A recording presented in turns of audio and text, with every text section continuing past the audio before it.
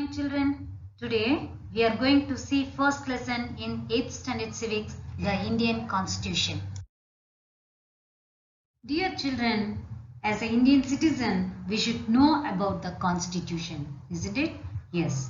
So in this chapter we will learn about why does a country need a constitution, the importance of the Constitution and the key features of the Constitution. Okay, fine. In this chapter, we are going to begin with football.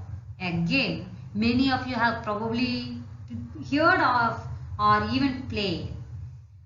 Actually, as the name suggests, this is a game that involves the player's feet, isn't it? Yes. According to the rules of football, if the ball touches the arm of any player except the goalkeeper, then this is considered a foul. You know very well. Yes? So, similarly, other games such as hockey or cricket also have rules according to which they are played. Each of these rules helps define the game and helps us distinguish one game from another, as these are fundamental to the game. We can also call these fundamental rules as a constitutive rules of the game. Like these games, a society also has constitutive rules. And these constitutive rules helps us to differentiate the society from other kinds of societies. Actually, in large societies in which different communities of people live together, isn't it? Yes. Actually, you know very well, India is called land of unity in diversity, isn't it? Because India consists of various religion people and all of them live together happily in the land of India, isn't it? So, in large societies in which different communities of people live together, these constitutive rules are formulated through consensus. What is meant by consensus? It means common agreement. So, consensus means common agreement. In modern countries, this consensus is usually available in written form. It is not just like oral, it is in written form. So, a written document in which we find such rules is called a constitution. In simple way we can say, a constitution is a written document containing certain rules of governing a sovereign state. Okay, fine. Now, let's discuss about why does a country need a constitution. See, a country is governed on the basis of some rules and principles. These constitutive principles, these constitutive rules determine the structure of the government and its powers and functions and the rights of the people. So, now we will see about why does a country need a constitution. Actually, a constitution lays out certain ideals that form the basis of the kind of country that we as citizens aspire to live in. Secondly, a constitution tells about the fundamental nature of our society. Then, a constitution helps serve as a set of rules and principles that all persons in a country can agree upon as the basis of the way in which they want the country to be governed. And this includes the type of government and also an agreement on certain ideals that they all believe the country should uphold. Okay, now we are going to see about Nepal's constitution. Before going to see that, I'll tell you about the Indian National Congress made the demand for a constitution assembly. Okay. in 1934, the Indian National Congress made the demand for a constituent assembly. Between December 1946 and November 1949, the Constituent Assembly drafted a constitution for independent India. Actually, you know, the Indian constitution is the longest written constitution in the whole world. Okay, which constitution is the longest written constitution in the whole world? Our Indian constitution. So the Indian constitution is the longest written constitution in the whole world. Okay, and it has more than 900 pages long and originally consisting of 395 articles and 8 schedules. But now there are approximately around 445 articles and 12 schedules. So why I told you know this, between December 1946 and November 1949, the Constitution Assembly drafted a constitution for independent India. So they took nearly 3 years. That's why our Indian constitution is the longest written constitution in the whole world. Okay. Then the Constitution Assembly completed its work on 26th November 1949. You know this, they completed, when did they complete the drafting work? 26th November 1949. But 26th January 1950 only the constitution came into force. Okay, so we saw about the Constitution Assembly, what did they demand and how did they draft our Indian constitution. Okay, fine. Now I'll show the picture. Here the picture of India's first Constituent Assembly. Okay. Who is he? He is Dr. B.R. Ambedkar. Baba Sahib Dr. Ambedkar is known as the father of the Indian Constitution because he was the chairman of drafting committee of Constituent Assembly. So who was the chairman of drafting committee of Constituent Assembly? Dr. B.R. Ambedkar, and he is also known as the father of the Indian Constitution. Okay, fine. Children, you should learn about some of the important leaders of the Constituent Assembly. Now let's see. Prominent member of the Constituent Assembly, Sardar Vallabhbhai Patel. Who was the prominent member of the Constituent Assembly? Sardar Vallabhbhai Patel. He is also known as the Iron Man of the India, isn't it? Yes. Next, father of the Indian Constitution, already we have learnt it. Dr. B.R. Ambedkar, and also he was the chairman of the drafting committee of Constituent Assembly, isn't it? Yes. Then president of the Constituent Assembly. Who was the president of the Constituent Assembly? Dr. Rajendra Prasad. Then after India got independence, Sardar Vallabhbhai Patel became the Deputy Prime Minister of India. Okay, fine. Now, let's try and understand what we mean by this through two contrasting situations in the recent history of Nepal, a country that borders on the north. Actually, until quite recently, Nepal was a monarchy. What is a monarchy?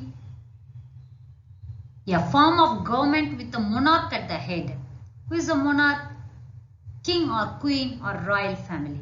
Okay, so Nepal was a monarchy. The previous constitution of Nepal, which had been adopted in 1990, reflected the fact that the final authority rested with the king. So a people's movement in Nepal fought for several decades to establish democracy, and in 2006 they finally succeeded in putting an end to the powers of the king. Now the people have to write a new constitution to establish Nepal as a democracy. The reason that they do not want to continue with the previous constitution is because it does not reflect the ideals of the country that they want Nepal to be, and they have fought for. Okay, so we saw about Nepal's people's movement in the year 1990 and what happened in the year 2006, how did they get their democracy. Okay, now I'll show the picture of Nepal's last king. See here, Gyanendra Bir Bikram Shahdev. King Gyanendra reigned as the last king of Nepal from 2001 to 2008 and is also known as the world's last Hindu king.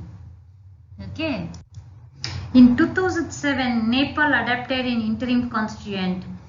So, on May 28, 2008, the newly elected Constituent Assembly declared Nepal a federal democratic republic and abolishing the 240-year-old monarchy. So, Nepal today has a president as head of state and a prime minister heading the government. Okay. Now, let's see the differences between the Constitution of Nepal in 1990 and the interim constitution of 2007. See, in 1990, Nepal was a monarchy, but in 2007, Nepal adopted an interim constitution. Then, the previous constitution of Nepal, which had been adopted in 1990, reflected the fact that the final authority rested with the king. Here, according to that 1990, the constitution of 1990, who was the final authority? The king was the final authority. Then here in 2007, according to the interim constitution, the executive powers of Nepal are in the hands of the Council of Ministers headed by the Prime Minister. Okay. Now let's discuss about the second important purpose of a constitution. The second important purpose of a constitution is to define the nature of a country's political system. For example, Nepal's earlier constitution stated that the country was to be ruled by the king and his council of ministers. Actually, in countries that have adopted a democratic form of government or polity, the constitution plays a crucial role in laying out certain important guidelines. Okay. Now we will see about the other purposes of constitution. See, constitution tells the citizens what type of government they have, and also it defines the powers of the government so that the government cannot misuse its authority. We know very well, in a democracy we choose our leaders so that they can exercise power responsibly on our behalf. You know, however, there is always the possibility that these leaders might misuse their authority. So, the constitution usually provides safeguards against this. See, you think about, if we misuse our power, what will happen? If the political leaders misuse their powers, what will happen? Obviously, there will be injustice, isn't it? So, this misuse of authority can result in gross injustice. Generally, in democratic societies, the constitution often lays down rules that guard against this misuse of authority by our political leaders.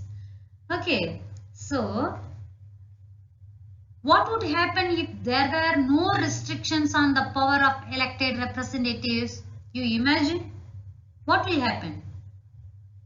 If there were no restrictions on the power of elected representatives, the leaders might misuse the powers given to them.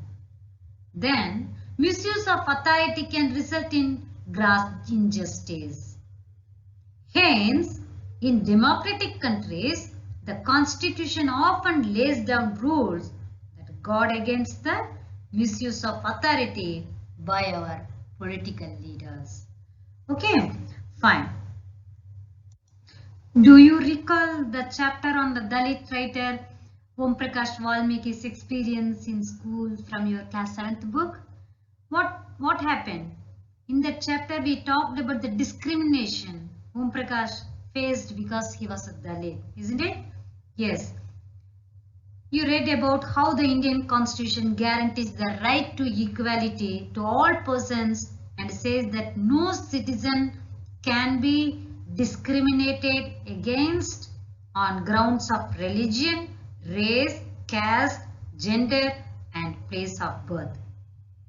So, the right to equality is one of the fundamental rights guaranteed by the Indian Constitution, isn't it? Yes. See, another important function that a constitution plays in a democracy is to ensure that a dominant group does not use its power against any person, group and organization, etc. And generally, constitution prevents tyranny or domination by the majority of a minority. You know, many constitutions have provisions that seek to prevent majority groups from violating the rights of minorities. Okay, so we need a constitution because a majority do not dominate the minority, so that the proper law should be maintained in the society. Okay. The third significant reason why we need a constitution is to save us from ourselves.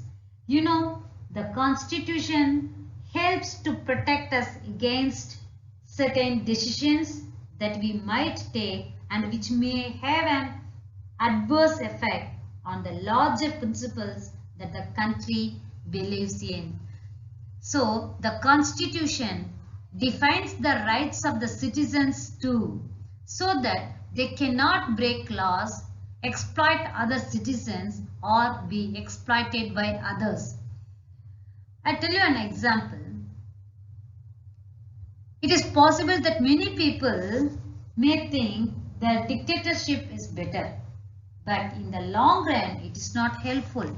In the long run, dictatorial rule goes against all their interests.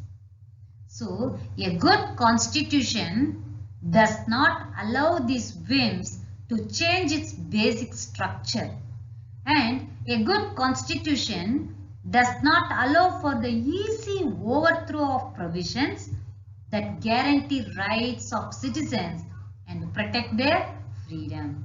Okay, fine. I hope you all understand this content. Okay, so the lesson will be continued in the next class. Thank you.